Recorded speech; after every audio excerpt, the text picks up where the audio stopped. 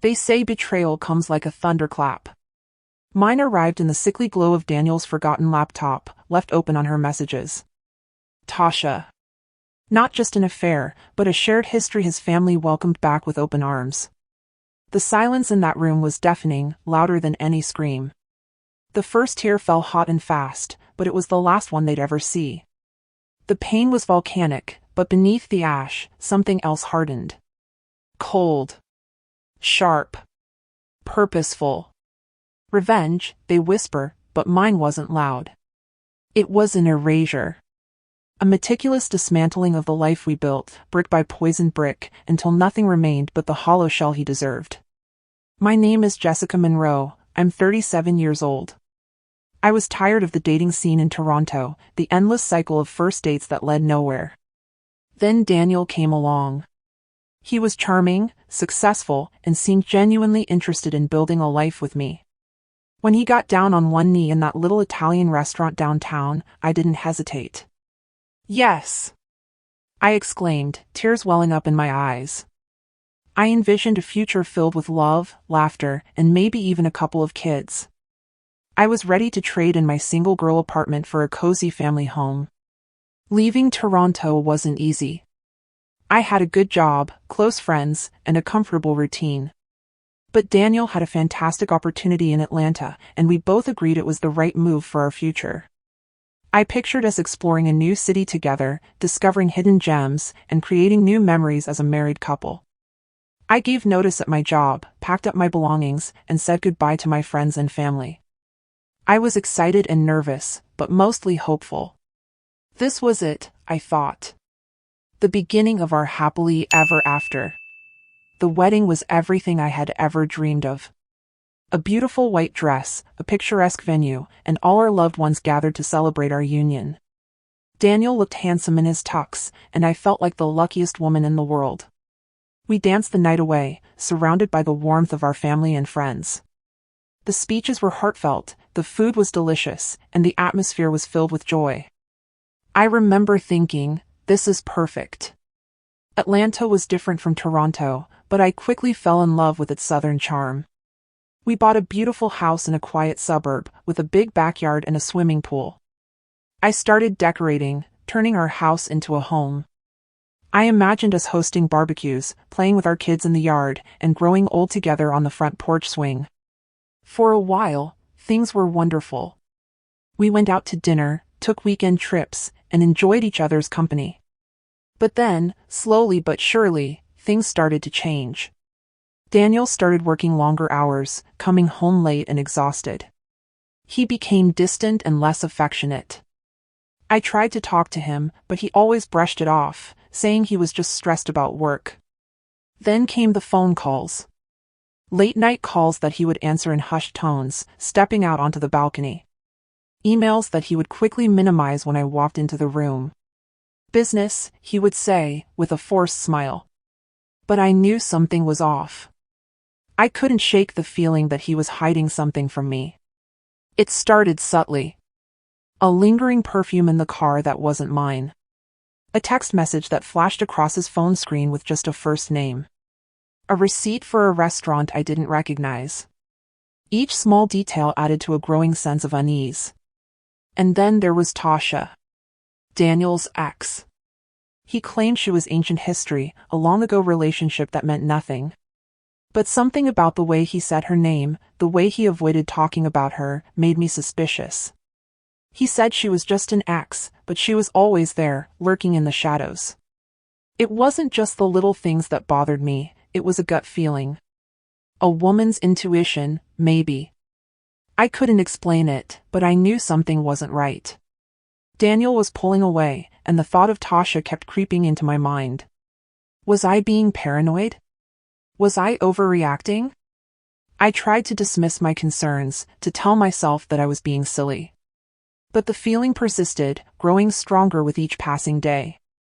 One evening, while Daniel was working late, I decided to do some digging. I knew it was wrong, that I was invading his privacy, but I couldn't help myself. I started with his phone. I waited until he was asleep, then carefully unlocked it using his thumbprint. My heart pounded in my chest as I scrolled through his messages and call logs. Nothing. Everything seemed normal. Disappointed but not entirely surprised, I moved on to his email. It took me a while to find anything suspicious. Most of his emails were work-related, boring stuff about spreadsheets and conference calls. But then I found it. A series of emails to an address I didn't recognize. The subject line was always the same, Project Phoenix. Curious, I clicked on one of the emails. It was a simple message, just a few lines of text. But the sender's name caught my eye, Tasha. My blood ran cold. What was Tasha doing emailing Daniel about a project? And why was he hiding it from me? I read through the rest of the emails, piecing together fragments of information. They were discussing a business venture, something they were planning together. It was vague, but the underlying message was clear. Daniel and Tasha were still in contact, and they were working on something behind my back. I felt a surge of anger, betrayal, and hurt. How could he do this to me? How could he lie to my face and pretend that everything was fine? I wanted to confront him, to scream and shout and demand answers. But I knew that wouldn't get me anywhere. He would just deny it, make up excuses, and try to manipulate me. No, I decided. I needed a plan. I started paying closer attention to Daniel's comings and goings. I noticed that he had a regular meeting in Chicago every 6 months. He always said it was for a business conference, but I suspected there was more to it than that. I decided to hire a private investigator. It was a big step, and it felt a little extreme, but I needed to know the truth. I needed to know what Daniel was really doing in Chicago. The investigator was discreet and professional. He asked me a few questions, took some notes, and promised to keep me informed. I tried to go about my daily life, but it was hard to focus. I was constantly on edge, waiting for the investigator to call. Every time my phone rang, my heart would skip a beat. Weeks turned into months, and still no news. I started to wonder if I had made a mistake. Maybe I was wrong about Daniel. Maybe he really was just working hard, and I was letting my insecurities get the best of me. But then, one day, the investigator called. He said he had something to show me. Something that would explain everything. We met at a coffee shop downtown. He handed me a thick envelope filled with photos and documents. I opened it with trembling hands. The photos showed Daniel entering an apartment building in Chicago. The documents were financial records, showing payments to an account in Tasha's name. And then there was the apartment lease. Signed by Daniel. And Tasha. It was all there, in black and white. The proof I needed. The confirmation of my worst fears. Daniel wasn't just in contact with Tasha, he was having an affair with her. He had a secret apartment in Chicago, a secret life that I knew nothing about. The pain was overwhelming, a crushing weight that threatened to suffocate me. But beneath the pain, a new emotion began to surface, anger. And a burning desire for revenge. The investigator's report felt like a punch to the gut, but it also fueled a strange sense of empowerment. I had proof. I wasn't crazy. My instincts were right all along. Now, it was time to decide what to do with it. I could confront Daniel, expose his lies, and walk away with my head held high. But that felt too simple. Too predictable. He would probably deny everything, try to manipulate me, and then eventually move on with Tasha, leaving me with nothing but heartache and regret. No, I decided. I wanted more than just a clean break. I wanted him to feel the same pain and betrayal that I was feeling. I wanted him to regret ever lying to me, ever disrespecting our marriage. I wanted him to understand the consequences of his actions. So, I started formulating a plan. A meticulous, calculated plan that would leave him reeling. I knew I couldn't act impulsively. I needed to be patient, to gather all the necessary information, and to execute my plan with precision. I spent hours researching my options, consulting with lawyers, and seeking advice from trusted friends. The first step was to understand our finances. I spent days poring over bank statements, credit card bills, and investment accounts. I needed to know exactly where our money was, how it was being spent, and what assets we had. I discovered that Daniel had been secretly transferring money into a separate account, an account that I didn't know existed. It was another betrayal, another sign that he was planning a future without me. I also learned more about Daniel's business dealings. He had always been vague about his work, but I knew that he was involved in some kind of international trade. I started digging into his company's records, trying to understand the nature of his business and the people he worked with. I discovered that he had several business partners in Atlanta, men who seemed to respect and admire him. As I gathered more information, my plan began to take shape. I knew that I wanted to hit Daniel where it would hurt the most: his finances, his reputation, and his freedom. I wanted to expose his lies to everyone he knew, to destroy his carefully constructed facade, and to leave him with nothing but the ashes of his former life. But I also knew that I had to be careful. I couldn't break the law, or I would end up in jail. I had to be smart, strategic, and ruthless. I had to play the game better than he did. I started documenting everything. Every email, every phone call, every financial transaction. I created a detailed file, a comprehensive record of Daniel's infidelity and deceit. I knew that this file would be my most powerful weapon. Meanwhile, I continued to play the role of the unsuspecting wife. I smiled, I laughed, and I pretended that everything was fine. I cooked his favorite meals, listened to his stories, and even made love to him. But inside, I was seething with anger and resentment. Every touch, every kiss, felt like a betrayal. It was a difficult charade to maintain, but I knew that it was necessary. I couldn't let Daniel suspect that I knew the truth. I needed to keep him off guard, to lull him into a false sense of security. As the days turned into weeks, I felt like I was living a double life. On the surface, I was Jessica Monroe, the loving wife. But underneath, I was a woman scorned, plotting her revenge. And I was determined to make Daniel pay for what he had done. The unsettling feeling of Tasha's presence was no longer a mere intuition, it was a confirmed reality, and Daniel would soon learn the price of his deception. One of the most infuriating aspects of Daniel's deception was the way he treated me like I was stupid. He thought he could feed me these ridiculous lies and I would just blindly accept them. The business trips, the late nights at the office, the hushed phone calls, each one a carefully constructed fabrication designed to conceal his affair. I remember one particular evening. Daniel claimed he had to attend a last-minute meeting with a client in Chicago. It was a Sunday night, and he seemed unusually agitated. He packed his bag in a hurry, avoiding eye contact with me. As he was leaving, I asked him if he needed anything. "Just my laptop and some files," he replied, his voice strained. I watched him drive away, a knot forming in my stomach. Something about his demeanor felt off. I couldn't shake the feeling that he was lying to me. Later that night, I decided to call the hotel where he claimed he was staying. I asked to be connected to his room, but the receptionist informed me that there was no reservation under his name. My heart sank.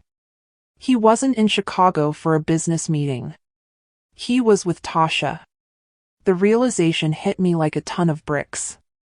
I felt a surge of anger and betrayal, a burning desire to confront him and expose his lies. But I resisted the urge. I knew that I needed to stay calm, to think rationally, and to execute my plan with precision.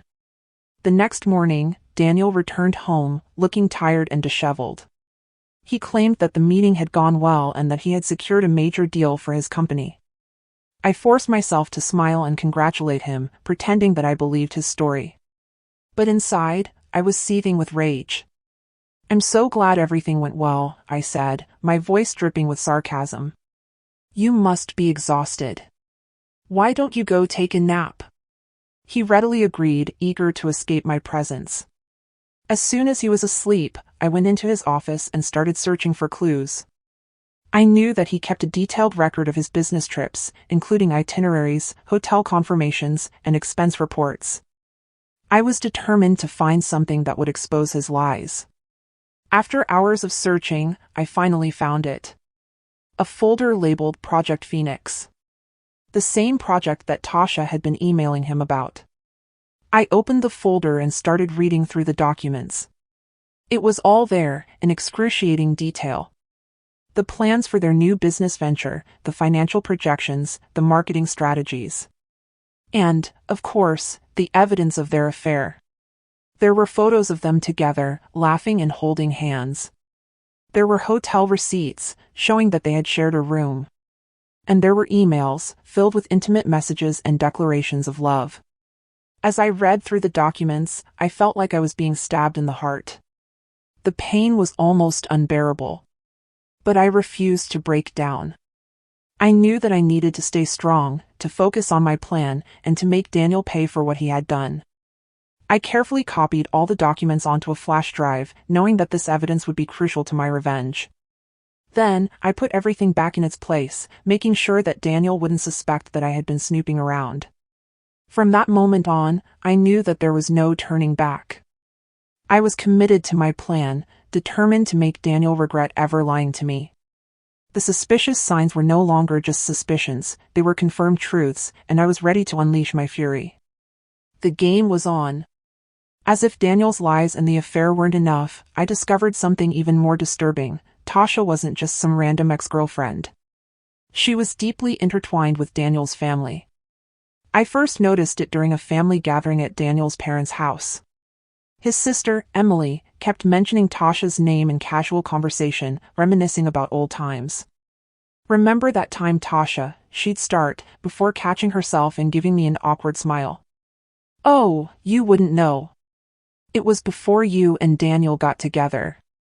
At first, I brushed it off as innocent nostalgia. But then I noticed that Daniel's mother seemed to favor Tasha, too.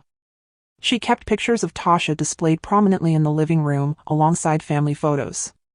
And during dinner, she made several comments about how much she missed Tasha's cooking. "Tasha used to make the best apple pie," she sighed. "Daniel, you should ask her for the recipe sometime." I felt a wave of nausea wash over me. Was I the only one who found this strange? Why were Daniel's family still so attached to his ex-girlfriend? And why hadn't he told me about this? I decided to do some more digging. I started following Daniel's siblings on social media, hoping to find some clues. And sure enough, I discovered that they were all still in regular contact with Tasha. They were constantly liking her posts, commenting on her photos, and even exchanging private messages. One day, I stumbled upon a group chat between Daniel's siblings and Tasha. The messages were filled with inside jokes and fond memories. It was clear that they considered Tasha to be a part of their family, even after all these years. I felt like I was living in a bizarre alternate reality. How could Daniel's family be so accepting of his affair? Were they all in on it? Was I the only one who didn't know the truth? I confronted Daniel about it one evening, after everyone had gone to bed. "Why didn't you tell me that your family is still close to Tasha?" I asked, my voice trembling with anger. He looked at me, his eyes filled with guilt. "It's not a big deal," he stammered. "They've known her for years. She's like family to them." "But she's your ex-girlfriend," I exclaimed. "And you're having an affair with her. How can you possibly justify this?" He didn't have an answer. He just stood there, silent and ashamed. From that moment on, I knew that my marriage was over. I couldn't trust Daniel, and I couldn't trust his family. They had all betrayed me in the worst possible way. The disturbing discovery that Tasha wasn't just an ex, but a cherished member of Daniel's family, fueled my desire for revenge even further. I was no longer just fighting for my marriage, I was fighting for my dignity, my self-respect, and my sanity. And I was determined to win. The fact that his own family seemed to condone his behavior only strengthened my resolve to make him regret ever crossing me. This wasn't just about him and Tasha anymore, it was about the entire twisted dynamic of his family and their blatant disrespect for me. They would all pay the price for their deception. From the moment I decided on revenge, my entire demeanor shifted. I transformed into the picture-perfect wife, attentive, loving, and utterly oblivious to Daniel's deceit. It was an act, a carefully constructed performance designed to lull him into a false sense of security. Every smile, every touch, every word was calculated, a means to an end. I started paying even closer attention to Daniel's habits, his routines, his lies. I became a master of observation, noticing the subtle cues that betrayed his guilt. The way he avoided eye contact, the slight tremor in his voice, the nervous fidgeting of his hands. I cataloged every detail, storing it away for future use. While he thought I was blissfully unaware, I was secretly gathering evidence, building a case against him. I meticulously documented his financial transactions, his phone calls, his emails. I took photos of his belongings, copied his documents, and recorded his conversations. I was like a secret agent, working undercover to expose his treachery. It was a difficult charade to maintain. There were moments when I wanted to scream, to confront him with the truth, to unleash my fury. But I knew that I had to stay calm, to remain in control, and to play my part perfectly. The more convincing I was, the more likely he was to slip up and reveal even more incriminating information. I became an expert at feigning ignorance. When he talked about his business trips to Chicago, I would nod and smile, pretending to believe his lies. When his family mentioned Tasha's name, I would politely change the subject, avoiding any awkwardness or suspicion. I even started initiating intimate moments with him, knowing that it would disgust him to touch me while he was having an affair. But I forced myself to go through with it, knowing that it would make him feel even more guilty and uncomfortable. The hardest part was pretending that I still loved him. I had to look into his eyes and tell him that I cared about him, knowing that it was all a lie. It felt like I was betraying myself, sacrificing my own integrity for the sake of revenge. But I justified it by telling myself that it was all part of the plan. The more convincing I was, the more devastating my revenge would be. I had to make him believe that I was still the same naive, trusting wife that he had married. Only then would I be able to strike the final blow. As I continued to gather evidence, my confidence grew. I knew that I had enough information to destroy him, to ruin his reputation, and to leave him with nothing. The only question was when and how to execute my plan. I wanted to make it as painful and humiliating as possible, to inflict the maximum amount of damage. I knew that I had to be patient, to wait for the perfect moment. And when that moment finally arrived, I would unleash my fury with devastating precision.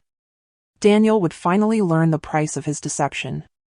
My decision to play along, masking my true feelings while secretly gathering evidence, was the key to my success. It allowed me to gain the upper hand, to outsmart him at his own game, and to prepare for the ultimate act of revenge. He thought he was playing me, but in reality, I was playing him. And I was about to win. The regular trips to Chicago were like a flashing neon sign pointing directly to Daniel's infidelity. Every 6 months, without fail, he would pack his bags, utter some vague excuse about a business conference, and disappear for a few days. I knew, deep down, that these trips were the key to unraveling his lies. I had to find out what he was really doing in Chicago. That's when I decided to hire a private investigator. It was a significant step, a formal declaration of war.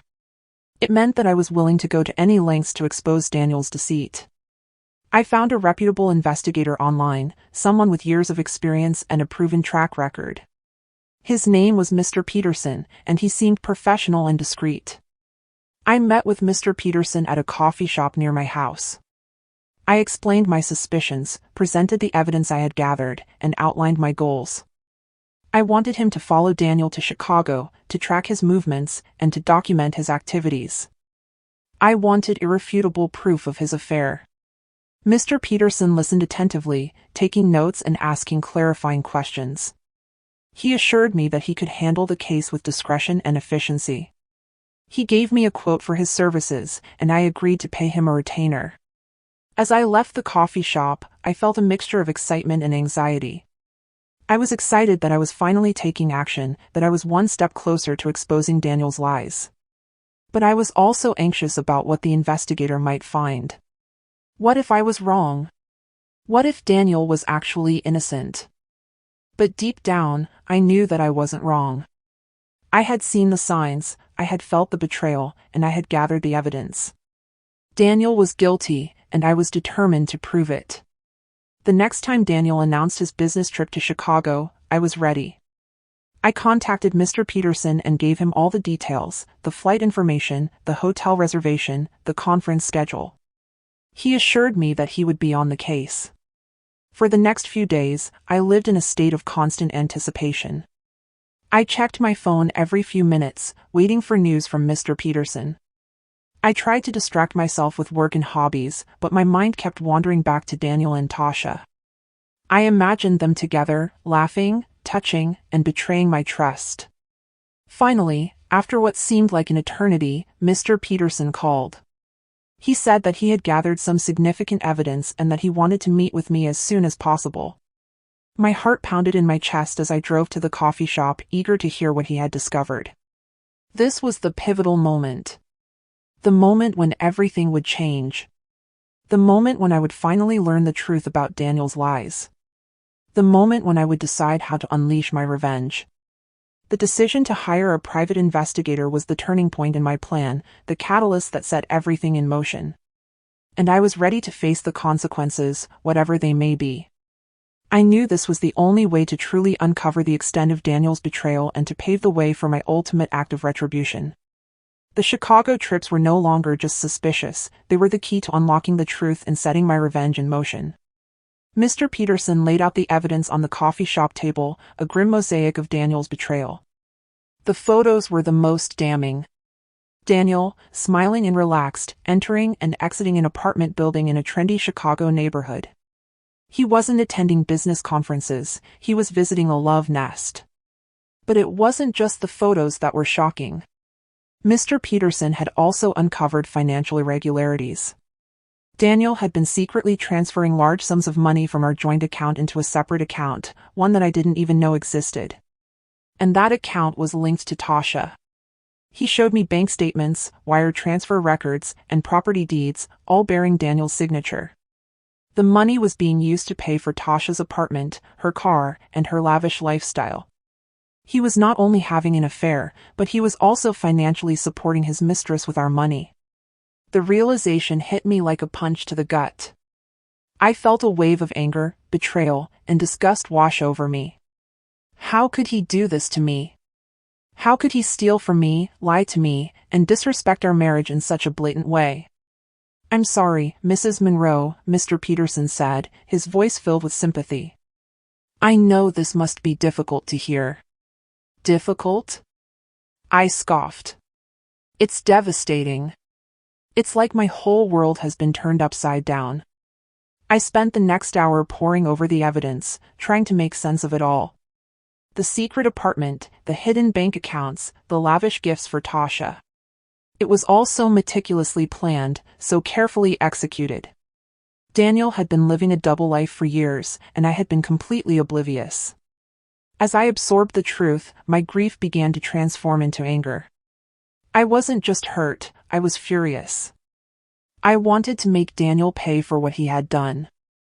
I wanted to destroy his life, to ruin his reputation, and to leave him with nothing. "What are my options?" I asked Mr. Peterson, my voice cold and determined. "How can I use this evidence to get what I deserve?"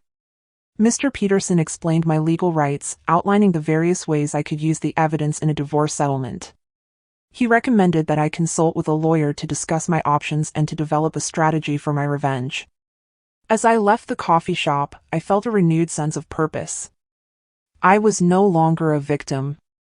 I was a warrior, ready to fight for what was rightfully mine. The truth had been unburied, the secrets had been exposed, and the path to revenge was now clear. The investigator's findings confirmed my worst fears and provided me with the ammunition I needed to strike back. The secret apartment and financial irregularities were not just signs of infidelity, they were weapons that I could use to dismantle Daniel's life and reclaim my own. I would use every piece of evidence, every document, every photo to expose his lies and to make him pay for his betrayal. The unearthing of the truth marked the beginning of the end for Daniel.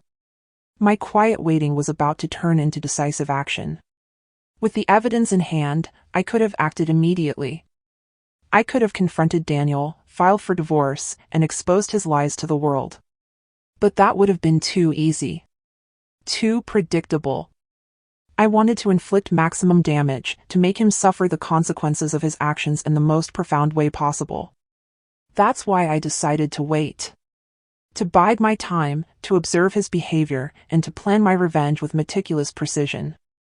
I knew that the element of surprise was crucial. The longer I waited, the more unsuspecting he would become, and the more devastating my attack would be. I consulted with a lawyer, a sharp and ruthless woman named Ms. Evans. I showed her the evidence I had gathered, and she was impressed. "You've done your homework, Mrs. Monroe," she said, a glint in her eye. "This is going to be a slam dunk." Ms. Evans helped me develop a legal strategy, outlining the steps I needed to take to protect my assets and to ensure that I received a fair divorce settlement. She also advised me on how to expose Daniel's lies without breaking the law. "The key is to be patient," she said. "Don't act impulsively. Let him dig his own grave. The more mistakes he makes, the better." Following Ms. Evans' advice, I continued to play the role of the unsuspecting wife. I smiled, I laughed, and I pretended that everything was fine. But inside, I was carefully plotting my revenge. I started making subtle changes to our financial arrangements, quietly transferring money into my own accounts and securing my own assets.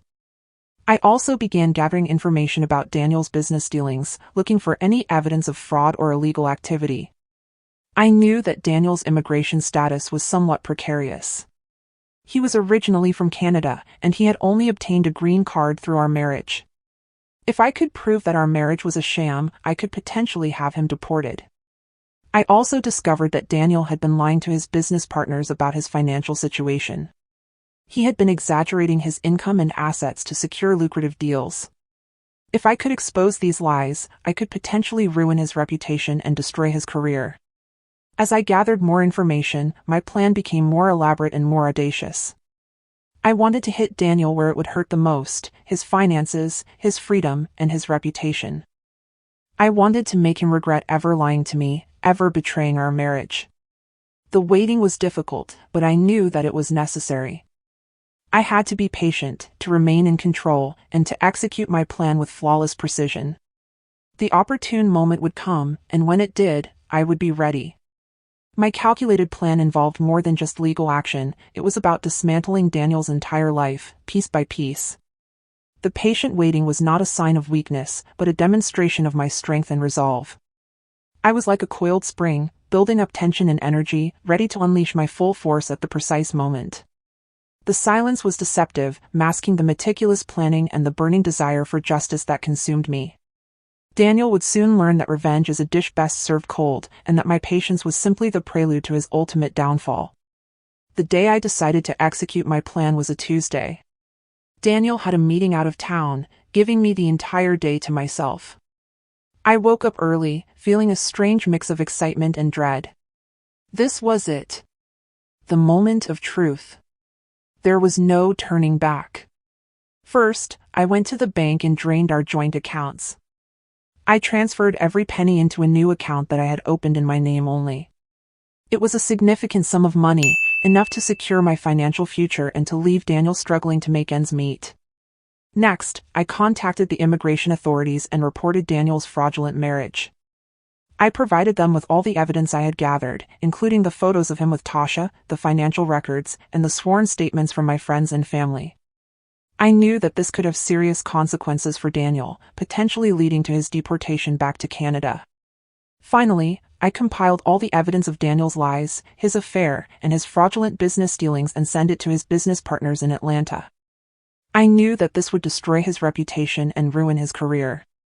They would no longer trust him, and they would likely terminate his contracts. With each step, I felt a sense of power and control. I was taking back my life, reclaiming my dignity, and punishing Daniel for his betrayal. I wasn't screaming, I wasn't shouting, I wasn't even crying. I was simply executing my plan with cold, calculated precision. By the end of the day, I had accomplished everything I had set out to do. I had drained the accounts, reported him to immigration, and exposed his lies to his business partners. The stage was set for Daniel's downfall. I knew that he would be furious when he found out what I had done. He would probably try to confront me, to threaten me, to manipulate me. But I was ready for him. I had anticipated his every move, and I had prepared myself for the worst. That evening, I packed my bags, gathered my belongings, and left our house for good. I didn't leave a note, I didn't say goodbye. I simply disappeared, leaving Daniel to face the consequences of his actions. The execution of my plan was swift and decisive, a calculated strike that left Daniel reeling. Draining the accounts, reporting him to immigration, and exposing him to his business partners were not acts of desperation, but acts of empowerment. I was no longer a victim, I was a survivor. And I was determined to rebuild my life, stronger and more resilient than ever before. The precision of my revenge was not about inflicting pain, it was about achieving justice and reclaiming my future. Daniel would soon learn that actions have consequences, and that his betrayal had come at a very steep price. The silence that followed was not a sign of fear, but a symbol of my victory. I had said everything I needed to say, and now it was time for Daniel to listen. The silence after my departure was deafening. I imagined Daniel returning home, expecting a warm meal and a loving wife, only to find an empty house and a life in ruins. The realization of what I had done, the magnitude of his betrayal, would hit him like a tidal wave. I didn't want to witness his reaction. I didn't want to hear his excuses, his pleas, or his threats. I simply wanted to disappear, to leave him to face the consequences of his actions alone. I drove to a small town in North Carolina, a place where nobody knew me, a place where I could start over. I rented a cozy cottage by the sea, a peaceful sanctuary where I could heal and rebuild my life. The first few weeks were difficult. I struggled with feelings of guilt, anger, and sadness. I missed my old life, my friends, and even the illusion of happiness that I had once shared with Daniel. But I refused to succumb to despair. I knew that I had made the right decision, that I had done what was necessary to protect myself and to reclaim my future. I started focusing on my own well-being, taking care of my physical and emotional health. I went for long walks on the beach, breathing in the fresh sea air and listening to the soothing sound of the waves. I practiced yoga and meditation, quieting my mind and finding inner peace. I reconnected with old friends, sharing my story and receiving their support. Slowly but surely, I began to heal. The pain of Daniel's betrayal began to fade, replaced by a sense of strength, resilience, and self-worth. I realized that I was capable of surviving anything, that I could overcome any obstacle. I didn't know what the future held, but I was no longer afraid. I was excited to start a new chapter in my life, to explore new possibilities, and to create a future that was filled with love, happiness, and fulfillment. As for Daniel, I didn't think about him often. I knew that he was probably struggling, that he was facing legal troubles, financial difficulties, and a ruined reputation. But I didn't feel any sympathy for him. He had made his choices, and he had to live with the consequences. I imagined him trying to rebuild his life, to salvage his career, and to repair his relationships. I imagined him turning to Tasha for support, only to discover that she was just as selfish and deceitful as he was. I hoped that he would learn from his mistakes, that he would become a better person, and that he would eventually find happiness. But I didn't care. His life was no longer my concern. My quiet disappearance was not an act of cowardice, but an act of liberation. I was freeing myself from the toxic relationship, the lies, and the betrayal. I was leaving Daniel to face the consequences of his actions, to rebuild his life from the ashes, and to learn the hard way that revenge is a dish best served cold. I had delivered my message with precision and silence, and now it was time for me to move on. The future was mine, and I was determined to make the most of it. The thought of Daniel having to explain everything to his family, especially those who favored Tasha, gave me a small measure of satisfaction. Let him deal with the fallout, the judgment, and the shame. I was done. Years have passed since I left Atlanta and Daniel behind. I've built a new life for myself in North Carolina, a life filled with peace, happiness, and genuine connection. I've found a fulfilling career as a therapist, helping others heal from their own traumas and find their own strength. I've made new friends, people who value me for who I am, not for who I was married to. And I've even found love again, with a kind and compassionate man who cherishes me and supports my dreams. Sometimes, I wonder what happened to Daniel. I hear rumors through mutual acquaintances that he's still struggling, that he's never fully recovered from the fallout of our divorce. I hear that his business career never rebounded, and that his relationship with Tasha eventually crumbled. I hear that he's alone, bitter, and filled with regret. But I don't dwell on it. I don't take any pleasure in his suffering. I simply acknowledge that he reaped what he sowed, that he paid the price for his lies, his betrayal, and his deceit. My revenge wasn't about inflicting pain. It was about achieving justice, about reclaiming my life, and about sending a powerful message that women are not to be underestimated, that we are capable of anything, and that we will not tolerate being treated with disrespect. I didn't scream, I didn't shout, I didn't even cry. I simply acted with precision and silence, delivering my revenge with the force of a hurricane and the grace of a swan. And the impact was lasting, not just on Daniel's life, but on my own. I learned that revenge doesn't always need to be loud, that it doesn't always need to be violent, and that it doesn't always need to be personal. Sometimes, the most effective revenge is simply to move on, to heal, and to create a better life for yourself.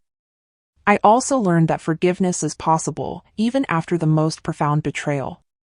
I've forgiven Daniel, not for his sake, but for my own. I've released the anger, the resentment, and the bitterness that consumed me for so long.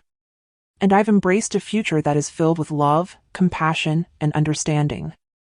My story is a testament to the power of resilience, the strength of the human spirit, and the enduring capacity for hope.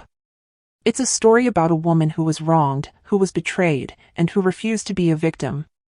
It's a story about a woman who took control of her life, who fought for what she deserved, and who ultimately triumphed over adversity. And it's a story that proves that revenge, delivered with precision and silence, can leave a lasting impact, not just on the one who is wronged, but on the one who does the wronging. The lasting impact was not just on Daniel's life but on my own personal growth and transformation. I emerged from the ashes stronger, wiser, and more determined than ever to live a life of purpose and authenticity.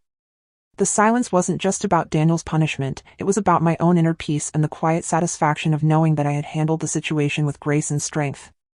And perhaps, somewhere deep down, Daniel understood the profound message of my silence, that true power lies not in vengeance, but in forgiveness and self-discovery. Thank you for spending your time with my story. Feel free to share your thoughts or reactions in the comments, I'd love to hear from you.